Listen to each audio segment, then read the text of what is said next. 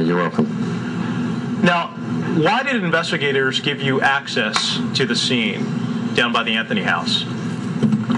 Oh, why did they? Yeah. Tell me what the conversation was like.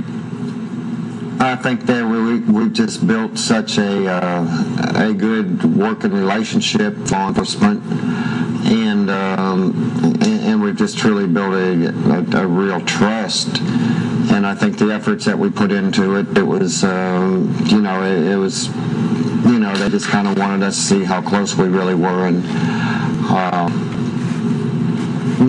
that was it. We kind of reminisced about when we first got into town, we first met with law enforcement, when I first met with the Anthonys, how the search started, all the frustrations, and all the hurdles we crossed, and until it got to where it is now. When did you go, and what did you see? I actually, seen that area, where the plastic bag was found underneath the palmettos, and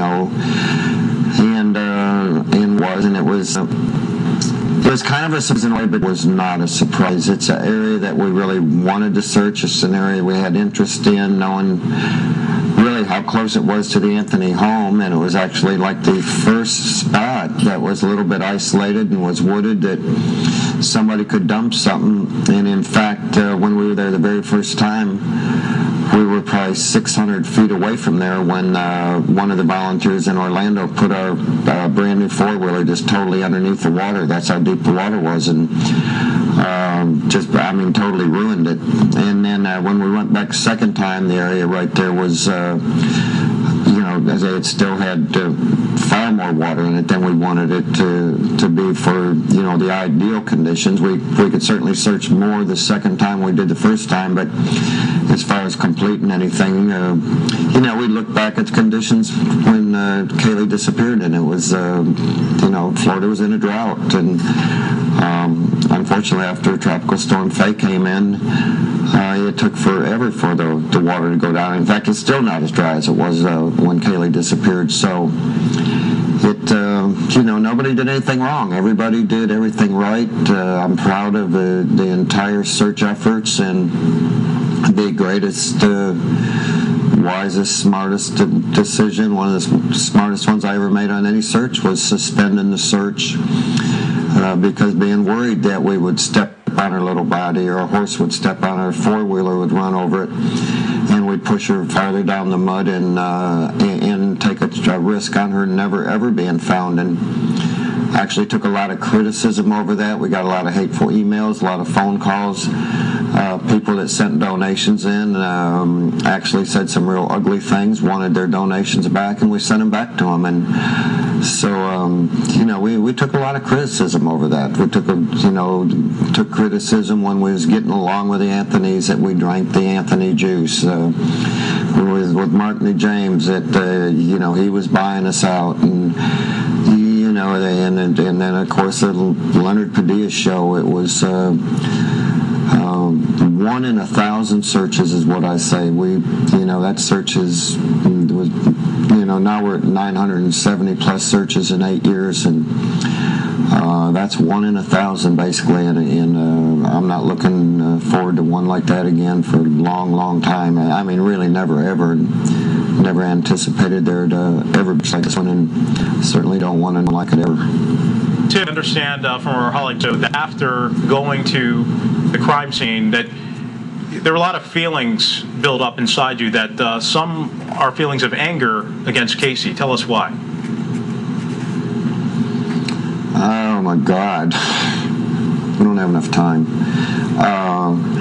I remember the first time going in the house of the Anthonys and meeting Cindy and meeting Casey, and we hugged Casey, and I just couldn't believe all the smiles on her face, and running around the house and going into the kitchen and back into her bedroom on her computer. And Cindy got a phone call, and George's friend from Ohio was there, and he walked out, and I'd only been there 10 minutes. And I introduced myself to George's friend, and I actually asked him, I said, well, I'm so glad somebody's here to support George during this period of time. And I said, how is he doing? He said, well, he's not doing well at all. And I said, well, anything we can do to help, we're here to help. And he said, I don't know if there's a lot of help that y'all can give. He says, George knows the answer's in that bedroom right there, and she will not talk. So that's one of the first things that we faced after being there for 10 short minutes. And then, of course, Cindy says, thank God you're here to help us find a live Kaylee. And right then, right off the bat, I knew that there was no chance that there was a live Kaylee with this information coming direct from George's best friend's mouth. And it was a matter of probably 4 days then when the Anthonys and me got kind of crossed up because we started a search for a dead Kaylee instead of a live Kaylee.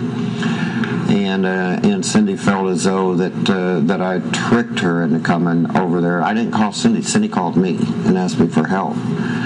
And I just wasn't going to send our people all over the country and all these fake, phony phone calls that was coming in on a live case. They're actually going to suspend the search, and that's when the sheriff department, the sheriff actually called me up and said, I want to ask a favor of you. Would you please stay? And they even donated $5,000 to help out with our expenses. And when I look back at the whole thing, I mean, our office had to put 2 more people on staff to phone calls and on all the people we sent from different states. And it's a huge flow of, again, we've neglected other cases across the nation. People who truly wanted us there, appreciated us being there.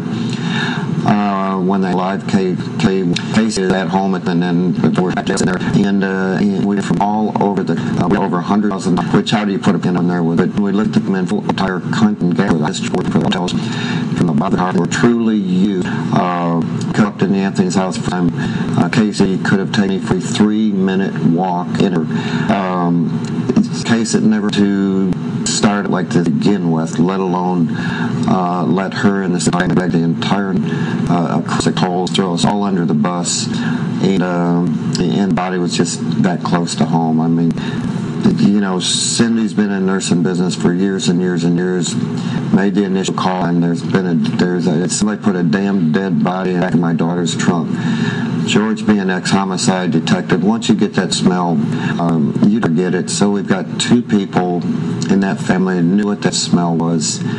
And whether they were just 100% in denial is one thing, whether they're just protecting their daughter, Casey, and trying to find one person on the area, or if maybe the pain was just too great for them to ever realize that there was even a possibility that their granddaughter could be dead and their daughter had anything to do with it. I don't know their reasonings, but I feel as though we've all been used over this case, and I wish that Anthony's would have been on the other end of our phone when other families were calling in, asking for their help, and we couldn't get there to help them. Go ahead. Tim, I understand that some of the investigators got kind of emotional when you were back at the crime scene. Tell us about that. They did. I mean, we hugged and we wiped tears out of our eyes and stuff, and again, just said, "My God, now it's finally over. It's finally over."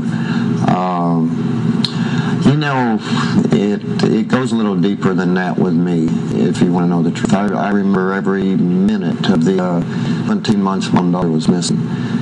And I remember reading the newspaper on this Monday morning where the remains of females are from, outside of Houston, Texas, and